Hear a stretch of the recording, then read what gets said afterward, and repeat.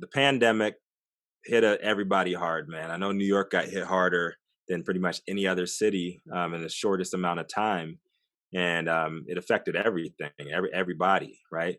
So, how did the pandemic affect Happy Monkey, and how did it affect the culture side of the industry? Well, Rico, Happy Monkey, it affected us by, like Ramon said, our origins were events, and that wasn't on the table anymore. We were always dibbling, dabbling with media, merchandising, et cetera, et cetera.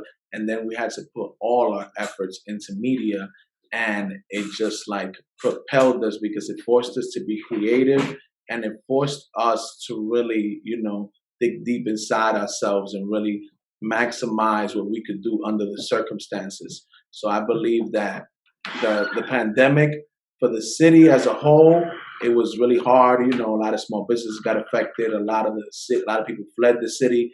But I believe that ultimately for the culture, it really gave the culture a lot of leverage because I believe a lot of the higher end corporate people were not used to not having control and not used to not knowing what's next because they're used to everything kind of being turnkey. So I believe that it gave the culture a lot of leverage because the culture's used to moving under with their backs against their wall with, difficult circumstances. So that's my opinion.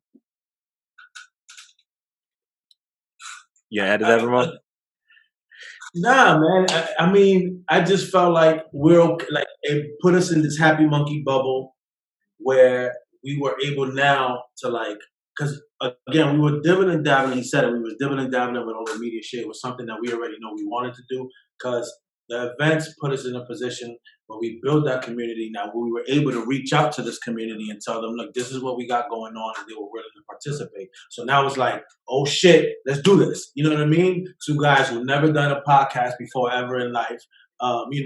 David is a wonder kid, so he was already like, come on, guys, you guys can do it, let's do it. You know what I mean? And he's already running around every state possible, trying to get it going. So Shout out David. We were able to put all that energy now and start like organizing our shit and like, yo, let's really, really, really put this forward. And shout out to everybody who reached out and like were like, again, showed us a lot of support and was like, yo, we love you guys, let's do this, and we move forward and we're here now. I think that's it's something to say, not just about the culture, but also the people of color, man. We know how to pivot, right? Yeah. We know how to pivot. We know how to roll with the punches, and you can't kill us off, man. Like you can't keep us in one place.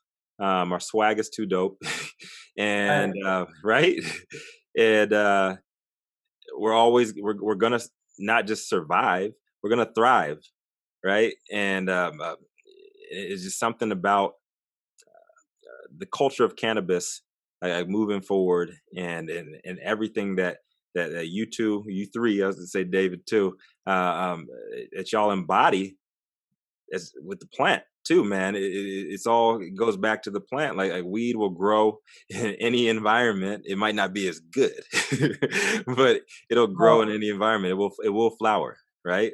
On top of that, I think that me and Ramon came to the realization because remember we were stuck in the events and our bubble, and as you know, right now, due to your venture, you know very well that you're entering now CANiVISION. The media gives you an opportunity to really reach a larger amount of people, really impact people, and we really came to the realization that we started as some humble kids from the bottom economic society, Harlem, Washington Heights.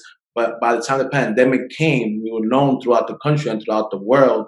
And it's bigger than Vlad, Ramon, and David. It's like our families, generational wealth, and our communities. And we're a beacon for all the people that come from circumstances like us, that if we did it, they could do it too. So it became like there's a bigger purpose than just us. I really changed everything when it came to me in my life. When I hopped in that first cipher, with some cats that did not look like me, And I was like, yo, cannabis, I should say. Cannabis doesn't just disarm people. It actually like it expands like your cultural horizons as well. Right. And that's why I love the culture side of this, man. Like everything that we know in the industry comes from the culture, comes from the legacy market. It comes from the roots, the not so legal side of the industry, right? And if you don't respect that, then you're not going to survive, right? You're just not going to. And anybody who thinks that differently, hop in your DeLorean, go back to last year, and find out exactly what Benzinga, Forbes, Green Market Report, like their top 10 companies to watch in the industry for 2020. We're on Seven of it. the, yeah, I think it's 8, but I know for a fact 7 of those are either bankrupt or just disappeared. Straight up. You know why? Because the business side wasn't so the white collar business side of the industry, they don't really respect the legacy market as much, and they're getting their asses handed to them right now, period. And it's going to continue to happen until you have that merging, right? If you didn't have like the legacy market, you wouldn't have any medical breakthroughs, because why the hell would any medical practitioners like practicing Western medicine, why would they even believe that cannabis could cure cancer, or cannabis could assist with autism, and be like a real treatment, if it wasn't for folks back in the day experimenting with it, right? In the business side, like the trap made the business side of it, and they're just been given structure with more modern methods and models to actually run your business. So, what would you say the biggest path to coming together, and how can we really get all these folks to come together and get people out of the silos to be more broad-minded, more like you two gentlemen are? That's why, like, I'm not too religious, but I'm spiritual, and that's why, what we've been trying to do is, to the best of our ability, Rico, is not tell people but show people. And that's why our role that we've been trying to play is to be the nexus between culture cannabis and corporate cannabis, because they're both needed. The corporate is needed for their business acumen, their funding, et cetera, et cetera. But then the culture is needed because of what you said, because of the experience, because of understanding the plant, understanding the people. So we've been kind of in the middle of both of them, and they both have been learning from each other, because they both need each other. And until they don't start working together, we'll never have a fully optimal industry.